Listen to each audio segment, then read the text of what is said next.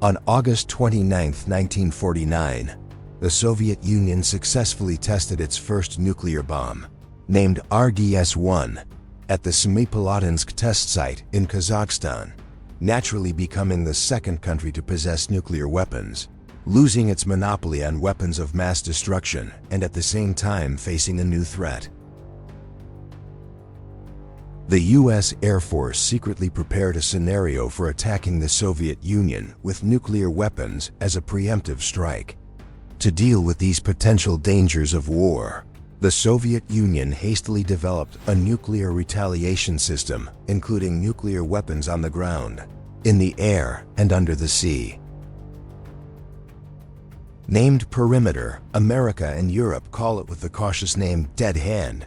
So what does this system contain? Can it launch a nuclear retaliation, even if the entire Russian leadership is killed as rumored? Please like and subscribe to my channel. Please comment what you want to suggest to me. That will be the motivation for me to make videos every day. Thank you very much. First, we need to understand what nuclear weapons are. Nuclear weapons are weapons of mass destruction whose energy is generated by nuclear fission or nuclear fusion reactions. Nuclear weapons have a destructive power equivalent to 30,000 to 300,000 tons of explosives, capable of completely destroying a city.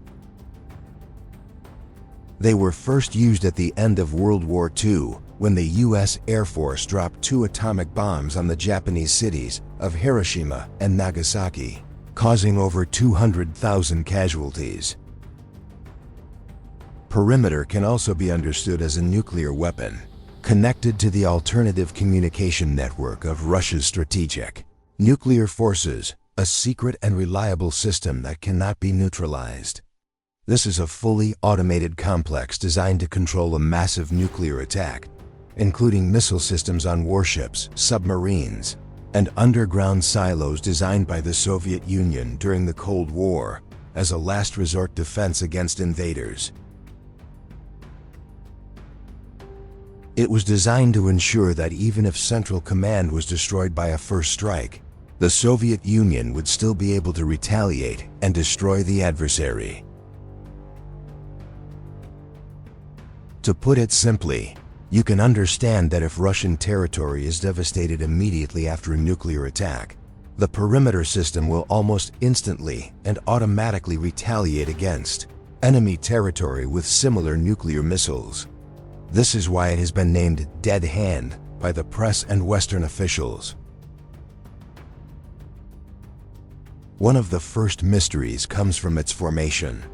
In the years 1940 to 1990, the peak of the Cold War, due to fears of a preemptive nuclear attack from the US, Soviet leaders demanded the development of a new command system to ensure retaliation would still be launched even if the communication lines of the strategic missile forces were destroyed. At that time, the control and command of the country's strategic missile forces were still carried out through the nuclear briefcase.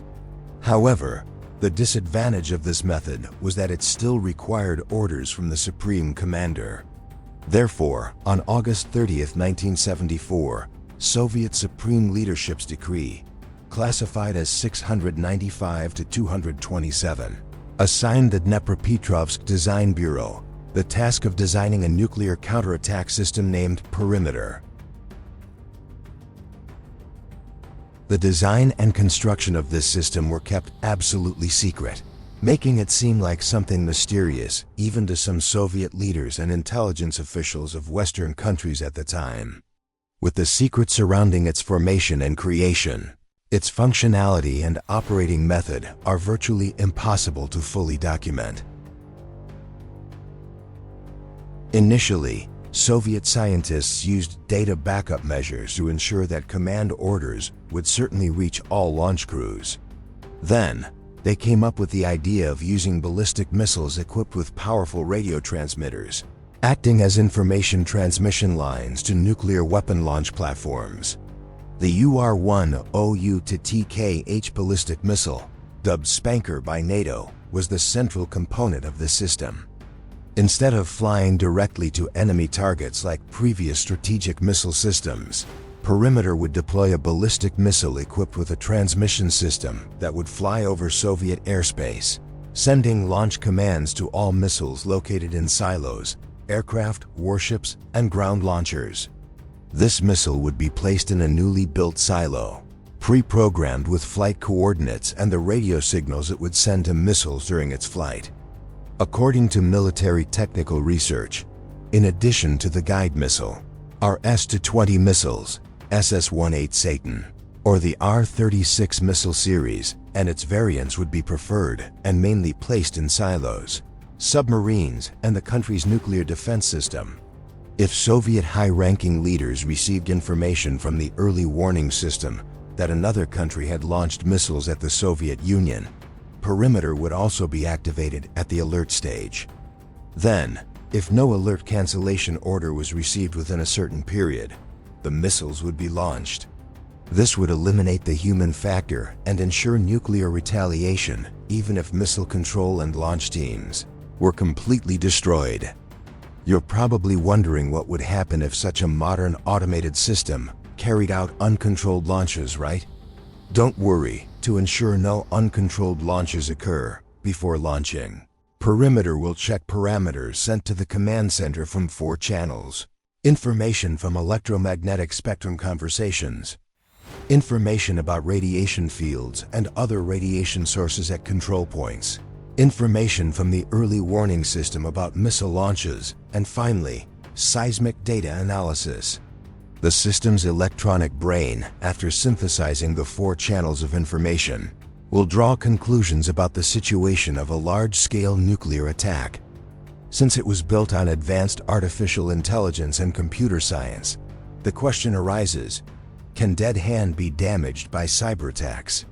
Soviet experts affirm that Perimeter is solidly protected from natural disasters. Ordinary sabotage and the risk and possibility of cyber attacks are minimized. During its operation on constant combat alert across the vast territory of the Soviet Union, Perimeter system command centers continuously monitored natural factors, seismic activity, and radiation, simultaneously tracking data from missile warning systems and intercepting communications on frequencies used by the adversary. Upon detecting signs of a nuclear attack, the system reports to the General Staff. If signs occur, the system continues to check if any communication systems are still connected to the General Staff. If the military's central command maintains communication, the Perimeter system will automatically disconnect. If the General Staff does not respond, Perimeter will send a request to the commander of the Strategic Missile Forces, the Kazbek, nuclear briefcase in the hands of the Soviet General Secretary. If no response is still received from Kazbek, the control system will allow any commander in a nuclear missile silo to make the decision.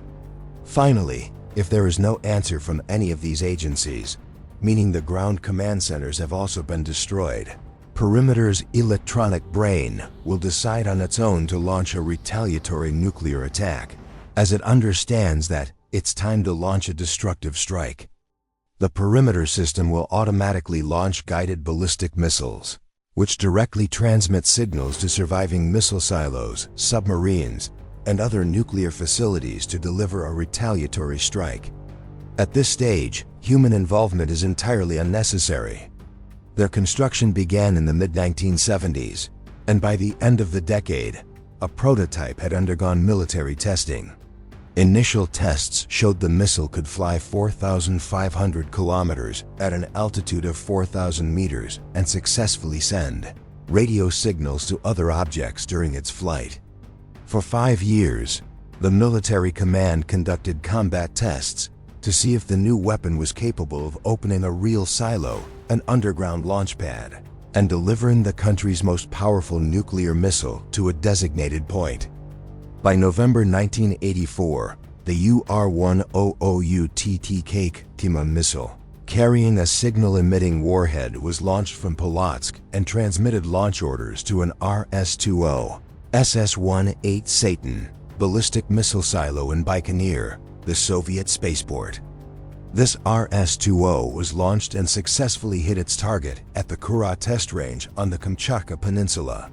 This new weapon truly proved its ability to travel across the entire territory of the Soviet Union, while sending combat commands to other intercontinental ballistic missiles.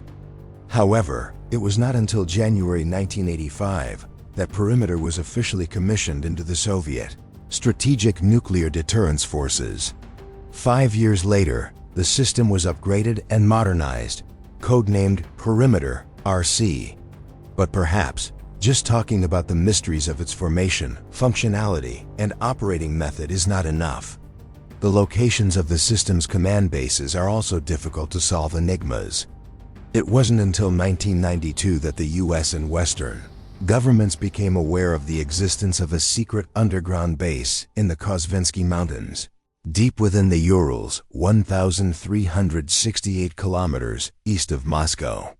US intelligence and military believed this was a site for the development and production of nuclear weapons, as well as for carrying out many other military programs to avoid the scrutiny of Washington spy satellites. The Pentagon also believed that the base functioned as a command and control center for Russian nuclear weapons. The ballistic missiles stored there were capable of automatic operation or remote control, ready to respond in the event of nuclear war.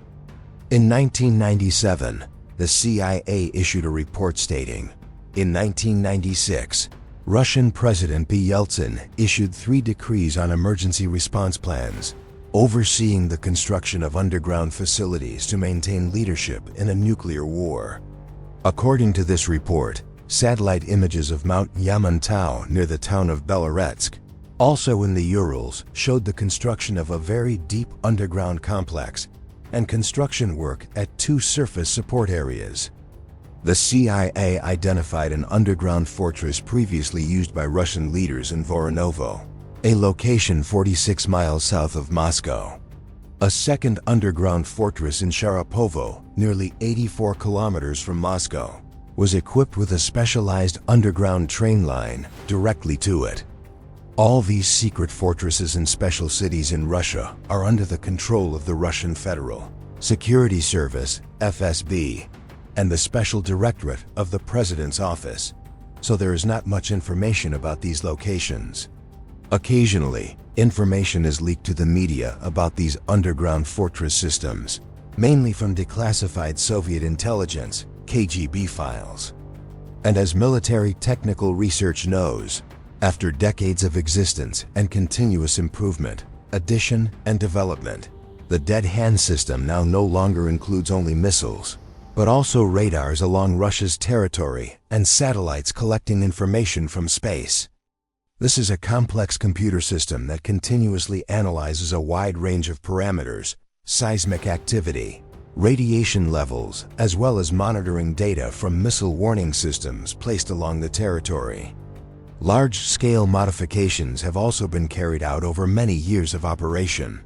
First, Russia integrated its new radio intelligence assets, such as Voronezh-class radars, capable of detecting missile launches up to 7,000 kilometers away.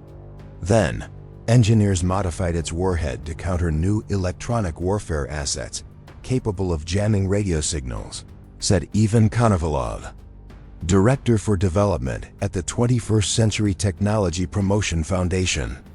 According to Russian sources, Dead Hand is on the list to receive hypersonic missile blocks, capable of traveling at speeds of 5 to 7 kilometers per second. The new missiles will be put into service with the military, along with the new Sarmat-class ICBMs. Despite continuous improvement and development, and being a proud shield for the Soviet people, in the summer of 1995, under pressure from the START-1 treaty, Russia had to cease combat alert duty with the Perimeter system. Unfortunately, the United States and its allies did not adequately appreciate the goodwill gesture of the Russian leadership. The US and NATO continued to expand eastward, admitting more Eastern European members and former Soviet countries surrounding Russia, building more military bases and increasing heavy weaponry in these countries to tighten the encirclement around Russia. Of course, Moscow would never passively allow Washington to do as it pleases. In December 2011, the commander of the Russian Strategic Missile Forces, General Sergei Karakayev, announced that the perimeter system was again put on combat alert duty. However, despite carrying a very terrifying concept, it is perimeter, not missile defense or space defense systems, that has contributed to reducing the risk of nuclear war. It is an acceptable and quite ethical solution to prevent nuclear war. The existence of this system forces Western leaders to seriously consider and be cautious before intending to launch a nuclear attack on the Soviet Union, because they understand that a nuclear attack on the Soviet Union would lead to both sides suffering heavy losses. This has been the journey to unravel the mysteries of the perimeter system. It can be said that, to this day, the perimeter system continues to play a vital role in Russia's strategic defense belt to ensure its nuclear retaliation capability, especially in the current escalating tensions with Ukraine and Western countries.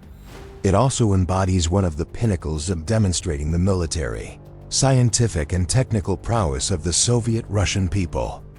So, with such mysteries and terrifying power, do you think the dead-hand perimeter is truly perfect to counter a nuclear attack?